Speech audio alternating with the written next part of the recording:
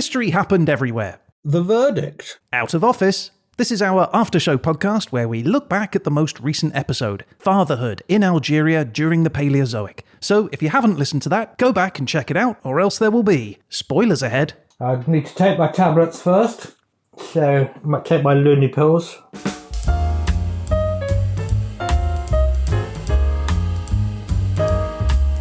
Hello, and welcome to History Happened Everywhere, The Verdict, Out of Office. My name is Ryan Weir, and I am not in the HHE studio. This week I am sunning myself on an exotic beach with the 50ml bottle to my small see-through bag. It's Mr. Peter Goddard. Just happy to not be here, Ryan. And with us, as always, it's HHE's destination for deck chair downtime. It's the Honourable Judge Dursley. Hello, you've reached the judge. I'm afraid I'm away from the phone right now. So if you please get back and leave, I'll it. That's an awesome message. I hope everyone records that and uses that as their own for voicemail. sure. I'm using it. Enough of this frippery and frappery. Peter, last night I drank a mystery bottle of hooch and I passed out and I don't remember anything of the last episode. So I was wondering, would you mind spending the next, say, 60 seconds just to sort of remind me what the heck we talked about? I'd love to. Just fire the starting pistol. All right, I'm going to do it now. I took Ryan to Algeria, a country in North Africa, and we went back, way back to the Paleozoic era, which saw the first animals emerging. We discovered that North Africa wasn't really a place back then, but was part of a supercontinent called Gondwana, which was made of all the continents we know smushed together. We toured the periods of the era, and we met geologist Adam Sedgwick, the father of the Paleozoic. We also discovered some interesting approaches to dating, through the Trilobite that looked sexy to attract a mate by evolving a giant fork on its head. Hello, ladies. Put it away.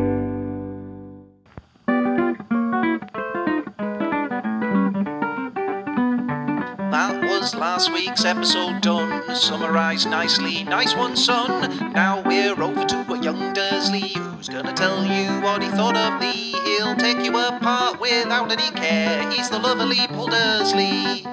The lovely Paul Dursley. Ah, yes, of course. What a great episode it was, Pete. Well, I thoroughly enjoyed doing it, I must admit. Well, I mean, look, what does it matter what I say? Nothing. Right? Literally Zip. nothing. Nada. My opinion counts for zilch. We are here for the opinion of only one person, and that is the Honourable Judge Dursley. So, Paul, I would ask you, what are your first thoughts about the Algerian out-of-office special? Well, there wasn't much Algeria in it. Well, yes, I think that's a fair comment, but I would retort with, there wasn't much Algeria to be had. There wasn't much fatherhood in it. Au contraire, it was packed with guest fathers. I would say Gondwana was the father of the continents we know today. Yeah. Sedgwick was the father of the Paleozoic. Surely it was the mother. Well, that wouldn't have really helped my case, would it? Well, things like that are female, surely not male. I don't know. I'm more flexible on that. What is gender these days? Nobody knows. Talking of Gondwana. Oh, go on. Gondwana was the largest piece of continental crust. It covered an area of 100 million square kilometres. That's about 39 million square miles, which is 1/5 of the Earth's entire surface. So 184 Frances to a Gondwana land. So you were right. It is huge. However, I do need to correct you on something. Go on. Okay, so do you remember I said, so is the rest of it all just water then? And you went, I think yes. there may have been some islands. And you said that there was nothing but water and a few small islands. Yeah. Well, that isn't quite correct, is it? Gondwana eventually colliding with North America, Europe, and Siberia, and became an even bigger supercontinent called Pangaea. Well, yes, I was thinking that, because Pangaea is bigger than Gondwana. It is. It's 148 square kilometres or 272 Frances to a Pangaea. Well, the map I was looking at, which was labelled Gondwana, had China, North America, all of that was smushed in. So either my map was a poor source or Yours was.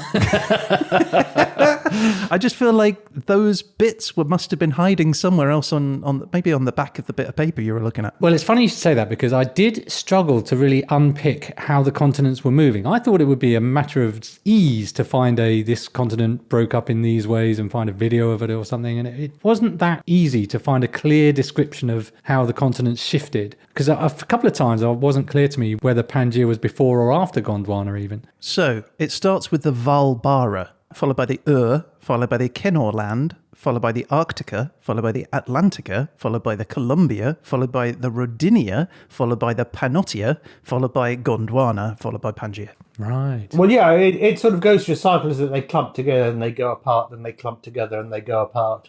Currently apart, which is more interesting. Can you imagine how boring it would be to live on a supercontinent? Imagine if you lived in the middle and say, I want to go to the seaside. It's a long old way.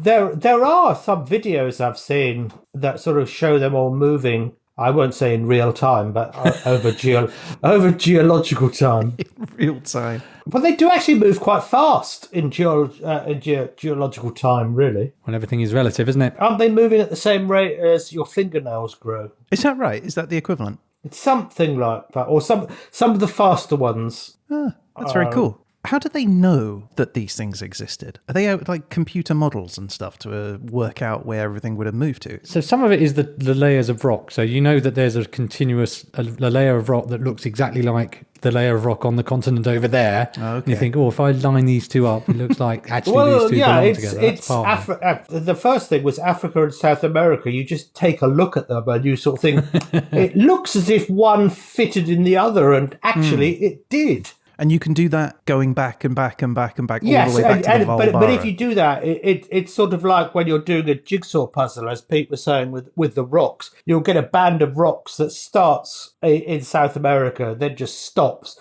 And there's a very similar band that starts in Namibia, for example, in Africa, that continues. That's not a thing, that's an example. Who'd have thought rocks could be that interesting? Well, Adam Rocks are Sedgwick, very for one. interesting. I saw a picture today of someone who was holding a piece of moon rock and a piece of Mars rock on their hand. I thought that was kind of cool. Did they go to the moon or Mars to get them? Well, Unlikely that they went to Mars. They wouldn't have gone to Mars. They find them quite regularly in Antarctica, don't they? Mars rocks. Bits of Mars. How do you know it's a Mars rock when you find it? It tastes very nice. Yeah, it helps you work, rest and play. So, I don't know. So there you go. Well, I accept my correction then. All right. Thanks.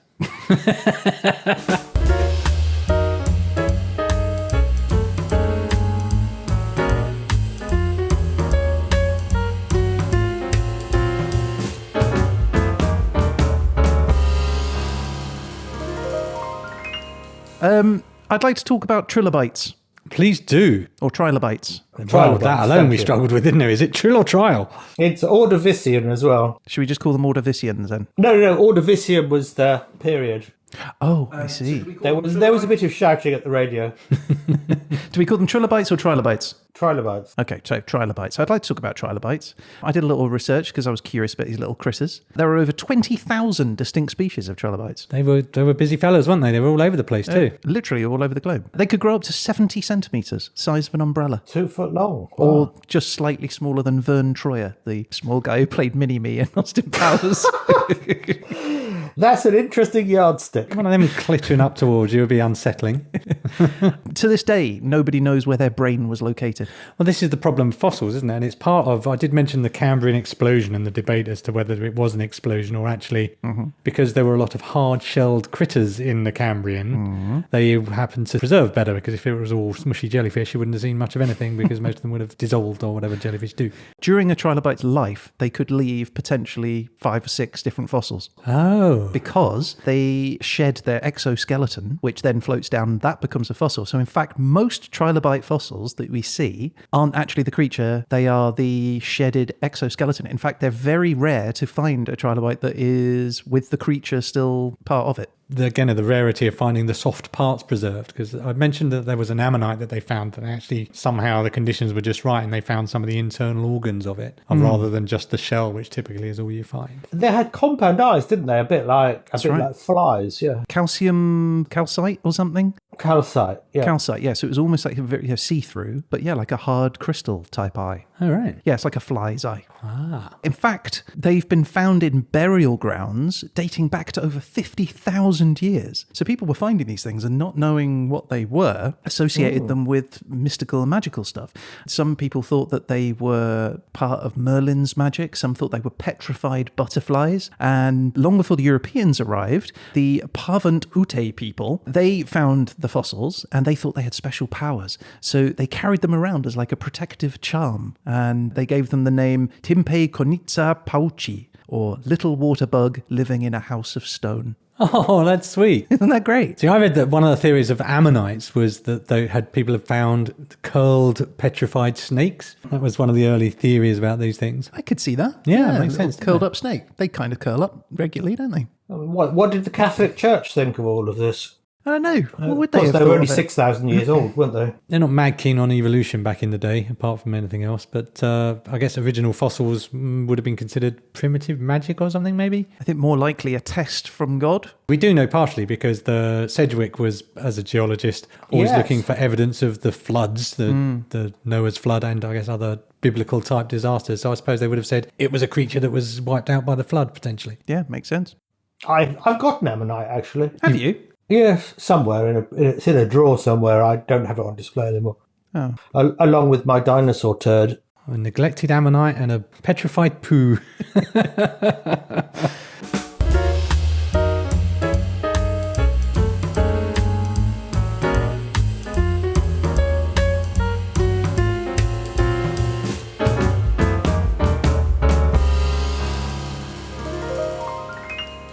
I want to ask your thoughts about panspermia. Ah, So in the episode, I raised the possibility that life had started elsewhere in the universe and that it had somehow naturally found its way across the universe and smashed into Earth and kickstarted life. What's your thoughts on that? Do you think that's a possibility? tardigrades. Well, same to you, sir. Well, aren't tardigrades creatures that have been able to live in the vacuum of space? They do indeed. They They don't- sort of look like incredibly fat pigs. Yeah, they're called water bears, aren't they? Yeah. I only know the proper name for them, sorry. Whereas my first thought was, I think he means water bears.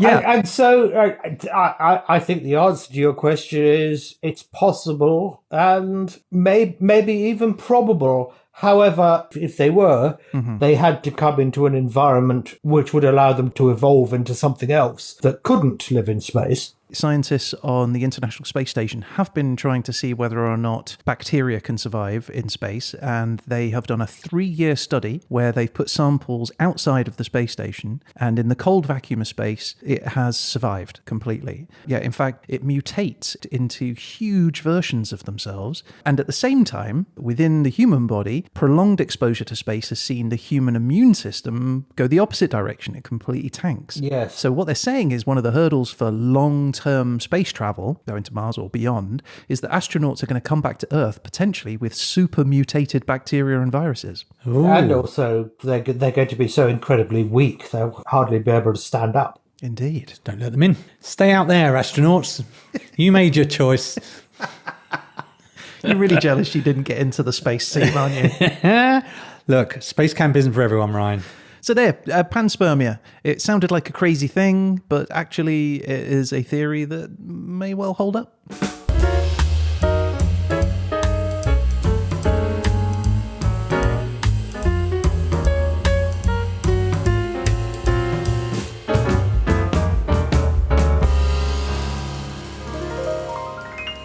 Now, Ryan, you did ask me another question. You asked me about funguses and rot. I did, yeah. And we weren't really sure of the order of events, so I dug a little bit more. And there is a fungus-like fossil that has been found called Tortotubus, which is like little fragments of a fungus they found about the width of a hair. Okay. So how you find that is beyond me, but that's another story. Zerk But, eyes. yeah, apparently these are fungal remnants, and they are believed to be the oldest known fossils of any land-dwelling organism on Earth. So it sounds like... Is that the mycelium of it? Yeah, this was burrowing through the soil, I guess, Yes. extracting nutrients from the soil. So that would suggest that actually the fungus came first, so that when the other vegetation came on, potentially it was ready to start munching on it. So there was decomposition, there was decay, Sounds that way, yeah. and things were getting rotten. Putrefaction. Lovely word. Can I talk about Mary Shelley? You can. So Jim told us that the creation of Mary Shelley's Frankenstein Oh, the year with no summer. was created during the year with no summer. Yeah, 1815, the volcano went off, resulting dust, ash thrown into the air, resulted in global catastrophe. And during this time, Mary Shelley and her friends hid inside and they wrote books instead of,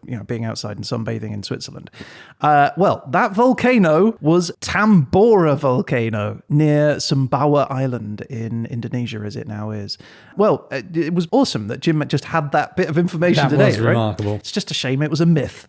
Oh, really? Yeah, just calling Jim out on this, our guest. But it turns out that the volcano definitely did erupt and it definitely caused damage. They estimate up to 100,000 people around the globe were impacted, 50,000 of those just in the region of Indonesia when this thing went off. So, I mean, it must have been a huge explosion when it went. But a recent study by the University of Bern in Switzerland concluded that the Tambora event played just a minor role on the impact on Switzerland. They say that actually other climate factors and random weather, plus the political, economic turmoil which sort of happened at the time, was actually as a result of the end of 12 years of the Napoleonic Wars, which ended in 1815. So at that time, that's what Shelley would have been more influenced by, is hearing and seeing the results of a 12-year war and 5 million people dying. So those themes of sort of human misery, displacement, is more likely to do with the effects of the war rather than it is to do with the Tambora volcano. Okay, but they do affect the climate. Did indeed, yeah, for sure. Just not as bad as we thought. Okay.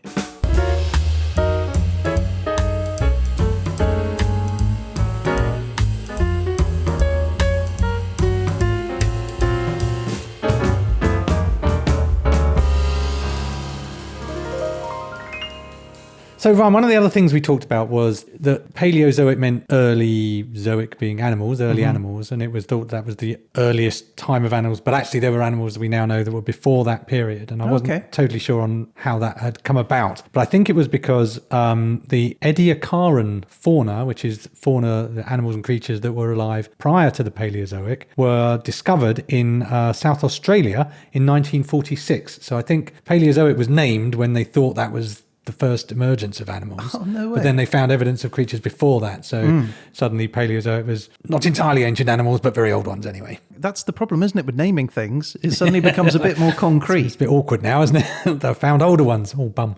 Yes, well, I suppose that's if you call it the Devonian or the Yeah, the less meaning you put in it. Just Croydonian period. Croydonian period, which we're in now. That actually sounds pretty good, the Croydonian period. Doesn't it? It's better than the Chiswick period. The Chiswickian. I don't know. Chiswickian sounds quite good. Oh, actually, now you say that. Throwing the W in, yeah. Oh, Dazillion? Dazalian. Dazalien period? No, that doesn't work. But the Croydonian is quite nice. That's Yeah. Isn't that the time of the Neanderthals?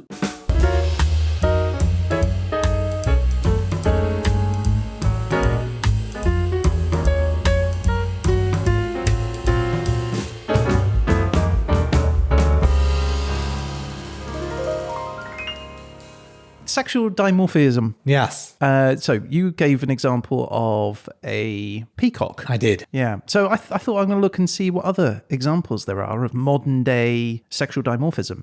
So the mandrill is type of primate, ridgy nose, also a big red butt. Yes. Yes, very famous, having a bright, vibrant coloration of their ass cheeks. But also size.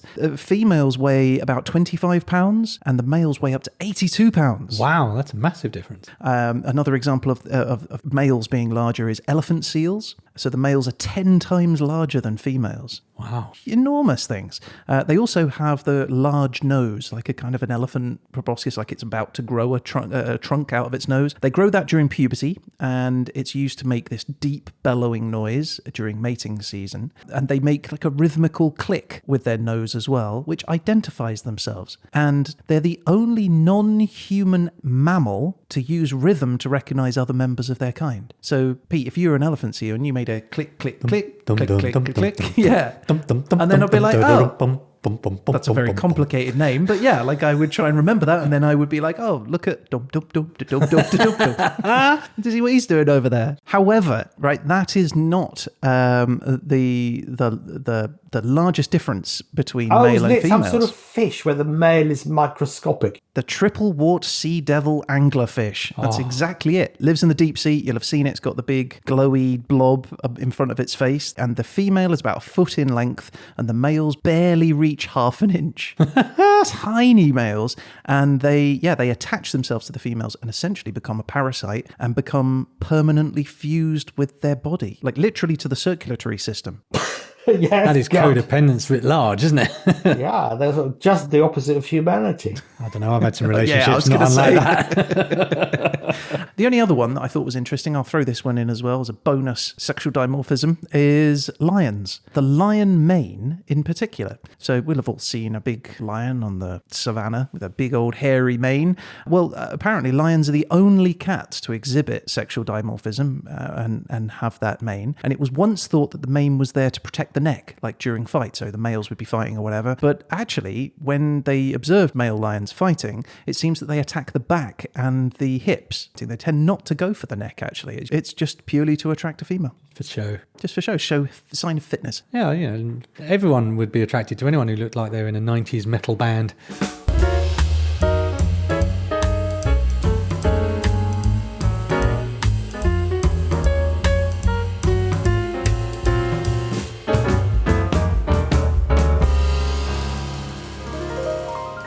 And so, Peter. Yes, Ryan. Finally, we have come to the end of the line. It's time to step into the dock and prepare to face the people's judge. Judge Dursley, are you ready to give your verdict? Yes.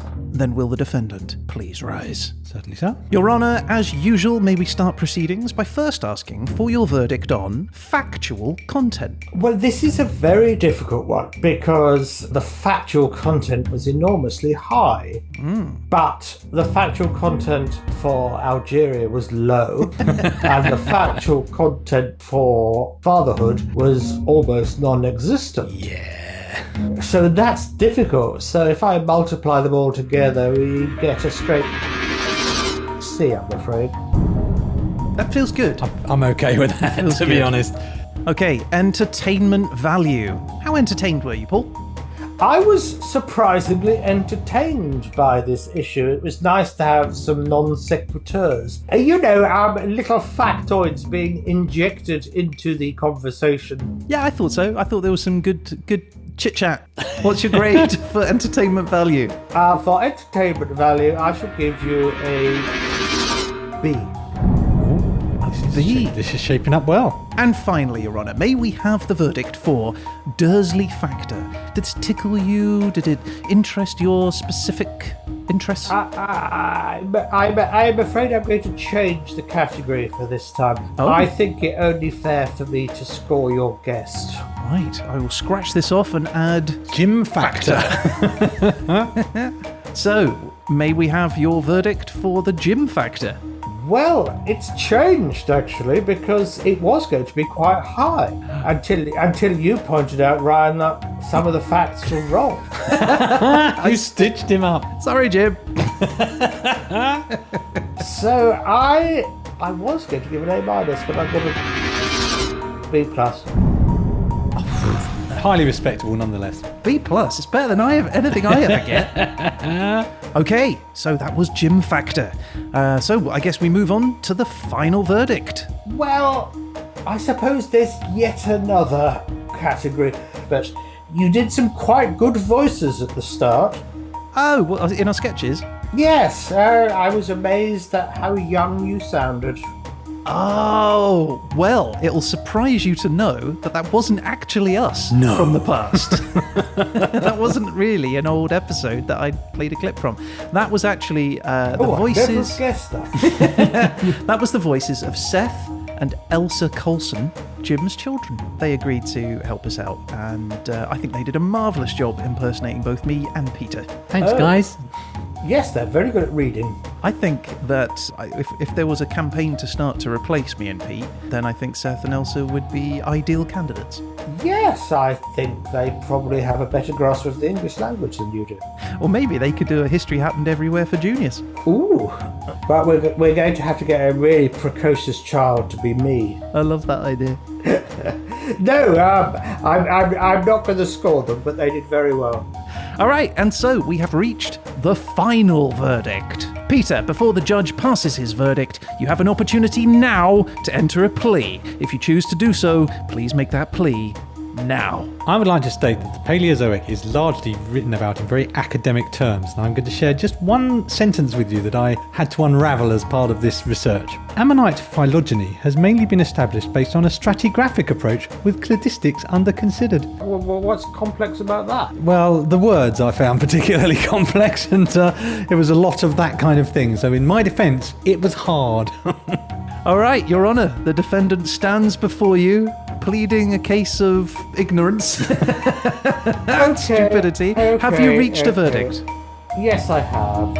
In which case, I would ask most respectfully for your ruling. I think a B minus. Ooh, I'm very pleased with that. I thought it was going to be much lower. Yeah, me too. Ooh, got away with it. I'm saying nothing. Please move on. Get it in the book. Write it down, quick. It's written down. There we go. Right. Say thank you, Your Honour. Let's Thank move you, Your on. Honour. Let's give Your Honour. That's final verdict.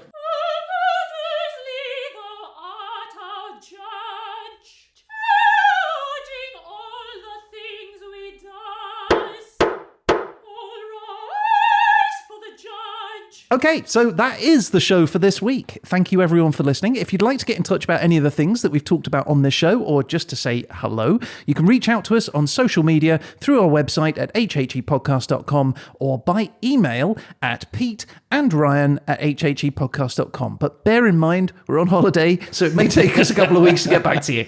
We'd love to hear from you, and you never know, you might end up featured on a future show. And one way to definitely feature on a future episode is to rate and review the show on Apple Podcasts. Your recommendation can really help us bring the show to new listeners. And we're also on TikTok, Instagram, Facebook and Twitter. You can find us at HHE Podcast, and you subscribe to us there to get an alert when we post our 1-minute animated bites. So a huge thank you to the judge himself. Thank you, Paul. My pleasure. I was trying to think of an out of office thing, but I can't. Have a great holiday. Leave a message after the sigh. That's quite good. And that is it. I guess all that is left to say is... You've been listening to...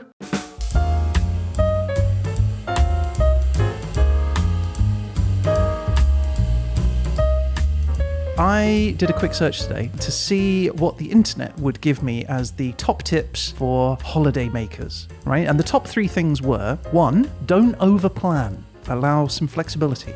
Number 2, wake up early to beat the crowds. I think the Germans have got that one covered. They've got that one nailed. And number 3, only carry what you need, right? You don't want to be spending an entire day lugging around stuff there. At the end of the day, You're like, why did I bring that? Sound advice. Right, but you two have both travelled a lot, particularly the judge. So I was thinking we could round that up to a top 5 holiday tips. So I was wondering if each of you could give me your top tip for travel.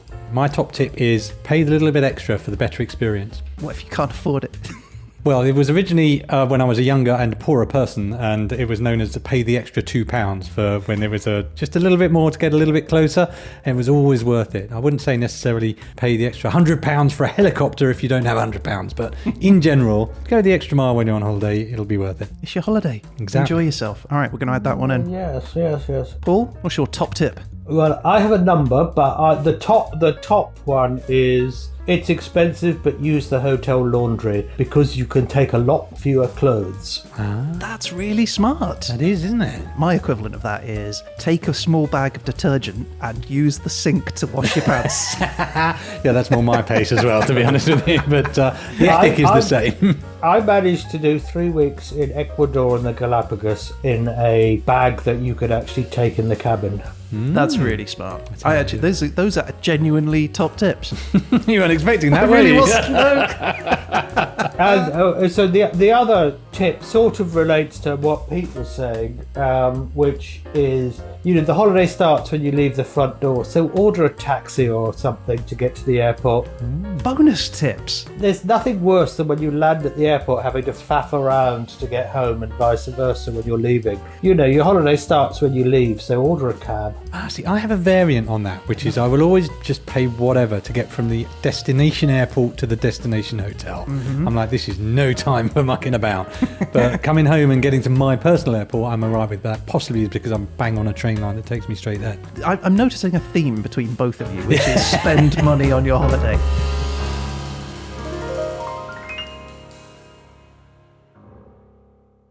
I don't know what an everlasting gobstopper is.